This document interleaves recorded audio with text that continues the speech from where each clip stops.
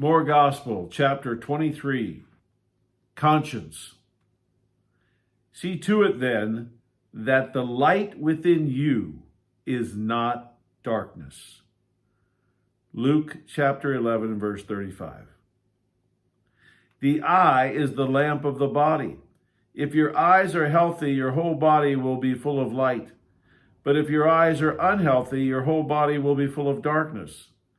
If then the light within you is darkness, how great is that darkness? Matthew chapter 6, verses 22 and 23. Your conscience is that interior voice that says to do this or not to do that. It's your interior guide to do good and avoid evil.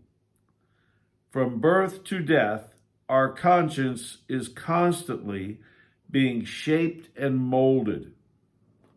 If our conscience is well formed according to truth and reality, it will provide good directions for our actions. If it is ill-formed, according to the lies of the world, the flesh, and the devil, it will guide us into sin. This is what Jesus is talking about when he warns us not to let the light in us be darkness. The light is our conscience, which should guide us to holiness. Light represents good ideas. In cartoons, we often see a light bulb go on when a character has a good idea.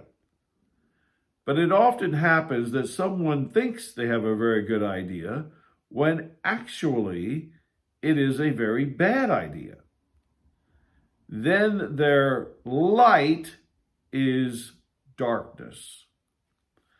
Jesus says that darkness will be great, meaning that it will be very difficult for the person to overcome because they think they're doing something good when actually it is something evil. Why would they repent? They think they're on the right path. People march down the street in support of legal abortion. They think they're doing something good. They are convinced that they are right. But in reality, abortion is the murder of an innocent baby. That is a simple biological fact of life. But the abortionists have formed their consciences according to something other than the truth. Many of the greatest evils ever committed in history were done by people who thought they were doing good. The Nazis thought they were doing good when they killed Jews because they were aiding the natural selection process by eliminating inferior genetics from the human race, thus ensuring a better future for humanity. German women from nearby towns actually volunteered to help at concentration camps for the same reason you or I might volunteer to help out at a soup kitchen. They thought they were doing good.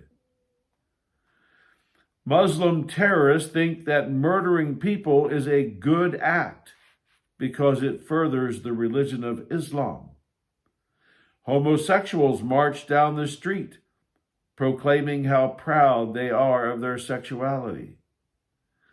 Communists put their armies and weapons on display to show the world the glories of communism.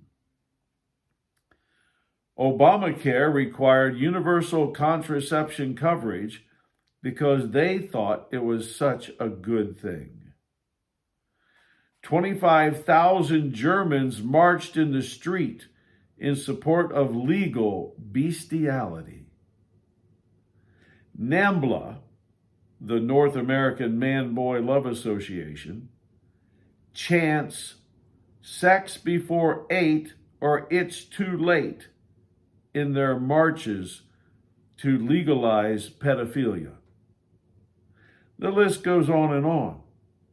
Almost everything that is sinful has a group of people who promote it as something good. The darkness is terrifyingly dark. The answer to this problem is truth. Jesus said, "I am the way, the truth, and the life."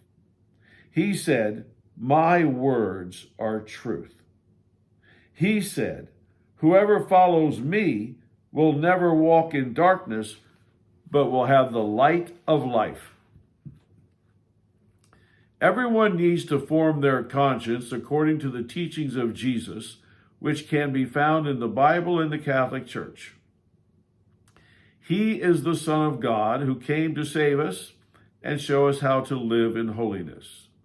He knows everything because he is God. We must conform all of our thinking with his.